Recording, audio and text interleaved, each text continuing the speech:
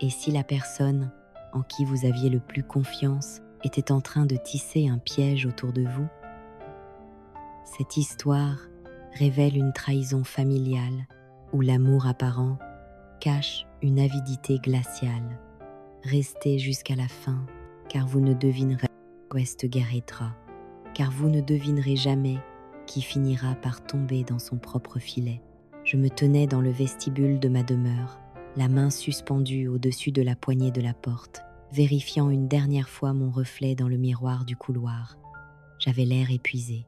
Pas cette fatigue qu'une bonne nuit de sommeil répare, mais une lassitude profonde jusqu'aux os, née de longues années, à tenter de maintenir la paix.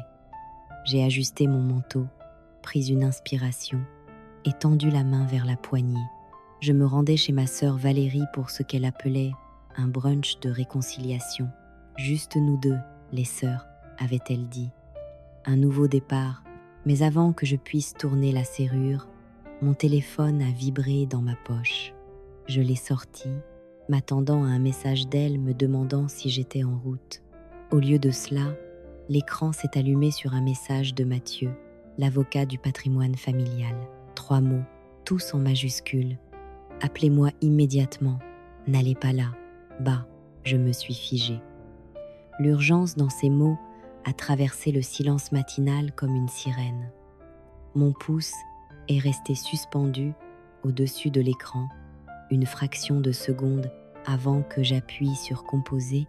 Mathieu a décroché avant même la fin de la première sonnerie. « Élise, écoutez-moi très attentivement », a-t-il dit, sa voix descendant à un murmure rauque qui a fait se dresser les poils sur mes bras. « N'allez pas dans cette maison, ne mangez rien de ce qu'elle vous donne, verrouillez votre porte tout de suite.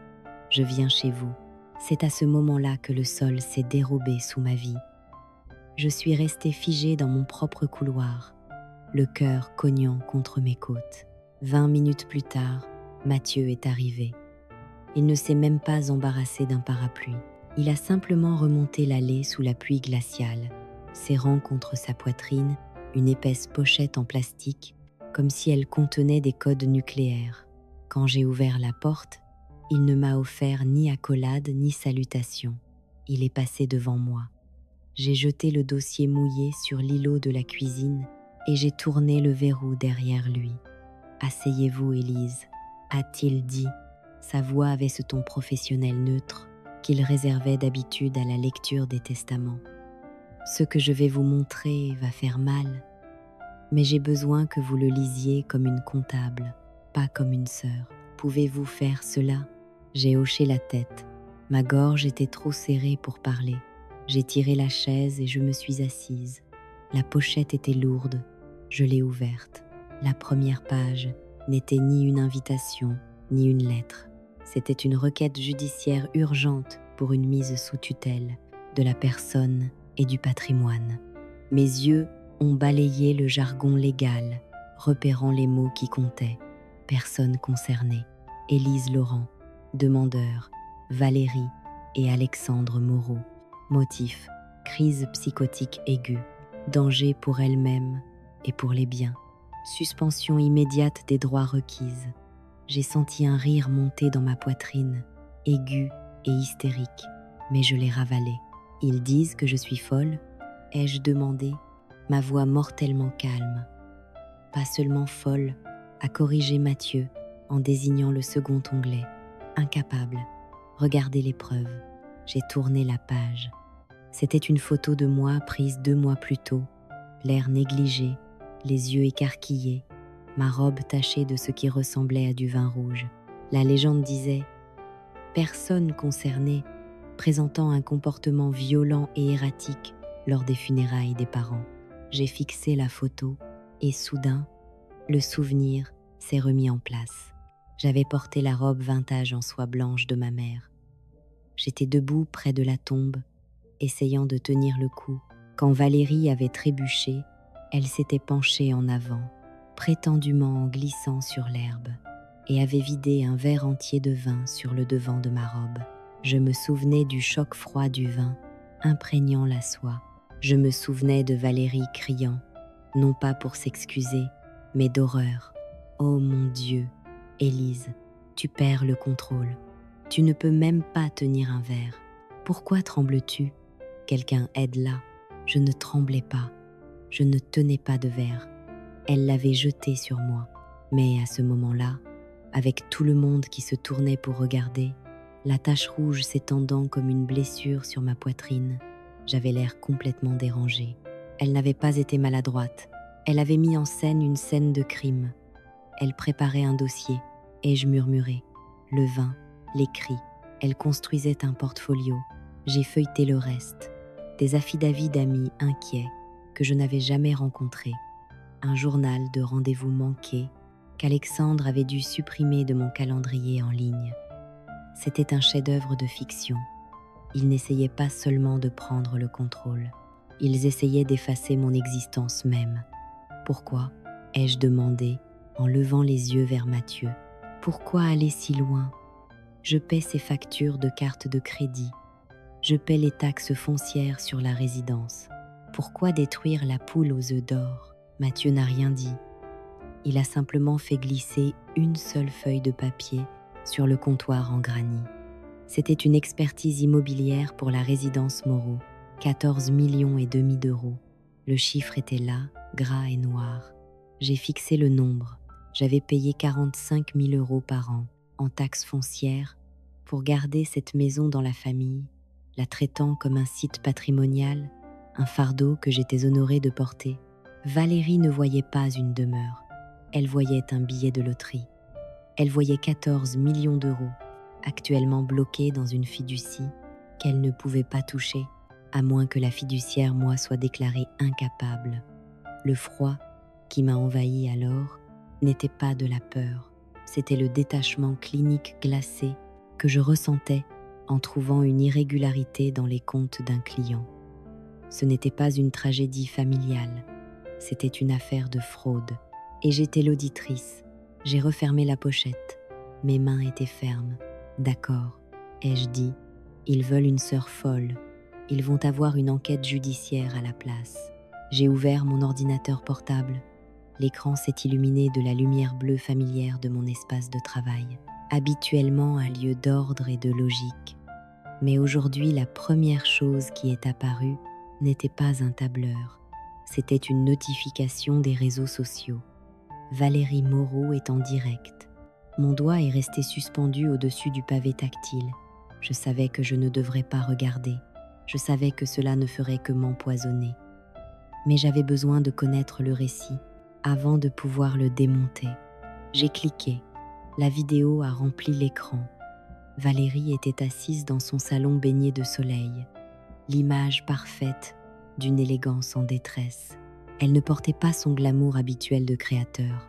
Elle était dans un pull beige oversize doux, serrant ses genoux, paraissant petite et vulnérable. Ses yeux étaient rougis, brillant de larmes qui ne tombaient pas tout à fait, mais qui captaient parfaitement la lumière de l'anneau.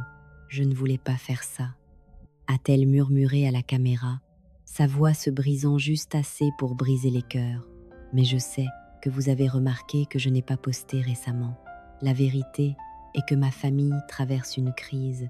Ma sœur Élise, nous l'aimons tellement, mais elle est malade. Elle est en train de sombrer. Nous avons essayé d'avoir une intervention discrète aujourd'hui, un brunch, juste pour parler, mais elle n'a même pas voulu ouvrir la porte. Elle est paranoïaque. Elle pense que nous sommes ses ennemis.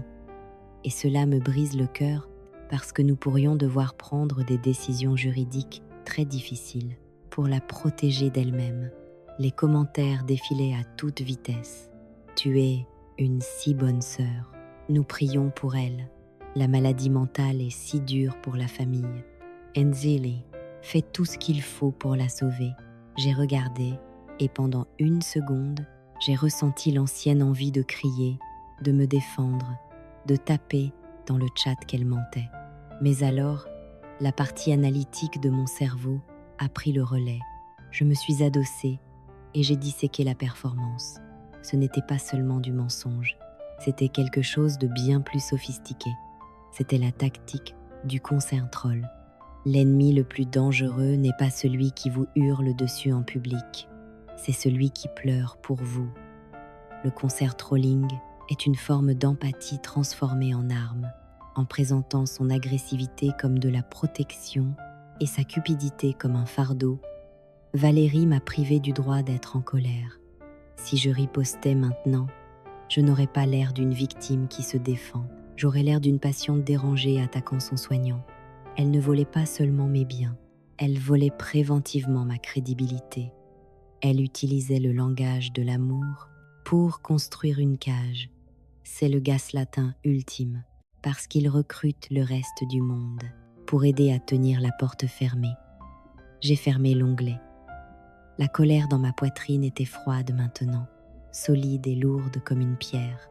D'accord, Valérie, ai-je dit à la pièce vide. Tu veux jouer avec le récit? Regardons les données.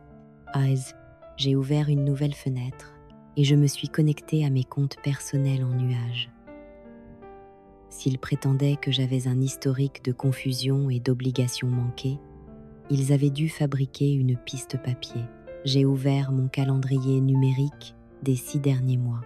Au premier coup d'œil, cela ressemblait à une zone sinistrée. Rendez-vous dentaires manqués, réunions clients oubliées, déjeuner que j'étais censée avoir planifié puis ignoré. J'ai fixé l'écran.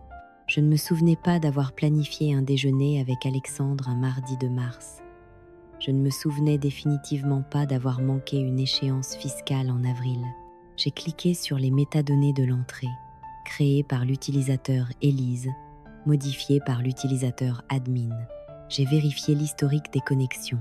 Mon estomac s'est noué. Il y avait des connexions depuis un appareil que je ne possédais pas, une iPad Pro située à une adresse IP dans le quartier historique. La maison de Valérie, ce n'était pas de la démence, c'était Alexandre. Il s'était connecté à mon calendrier synchronisé pendant des mois, supprimant silencieusement des rappels, déplaçant des rendez-vous d'1 heure pour que j'arrive en retard et plantant des événements auxquels je n'avais jamais consenti pour que j'aie l'air de les avoir oubliés. Il n'avait pas seulement regardé mes difficultés, il avait fabriqué les obstacles. Chaque fois que je m'étais excusée pour mon retard, chaque fois que j'avais douté de ma propre mémoire, il avait été là, souriant, me disant que j'étais juste stressée et surmenée. C'était une lobotomie numérique. Ils avaient piraté ma réalité, une invitation de calendrier à la fois. J'ai pris une capture d'écran, puis une autre. Je ne trouvais plus seulement des erreurs, je construisais un dossier. Ils voulaient prouver que j'avais perdu la raison. Au lieu de cela, ils m'avaient donné la carte menant à leur propre destruction. Vers le soir, le ciel au-dessus de la côte avait pris la couleur d'un bleu frais. La tempête, dont on nous avait avertis toute la semaine, avait enfin touché terre, fouettant la pluie contre mes fenêtres, avec une violence qui faisait trembler les vitres dans leur cadre. J'étais assise à l'îlot de la cuisine, fixant les preuves du gaslighting numérique d'Alexandre, quand des coups frénétiques à ma porte d'entrée ont traversé le bruit du vent. Ce n'était pas le coup rythmé d'un livreur, ni le poing lourd d'un huissier. C'était désespéré, irrégulier. J'ai vérifié le flux de sécurité sur mon téléphone. Une petite silhouette était recroquevillée sur mon porche, trempée et frissonnante, à côté d'un vélo jeté négligemment sur la pelouse. J'ai déverrouillé le verrou et ouvert la porte. Camille se tenait là, l'eau ruisselant de son imperméable, son casque serré dans des mains aux jointures blanches.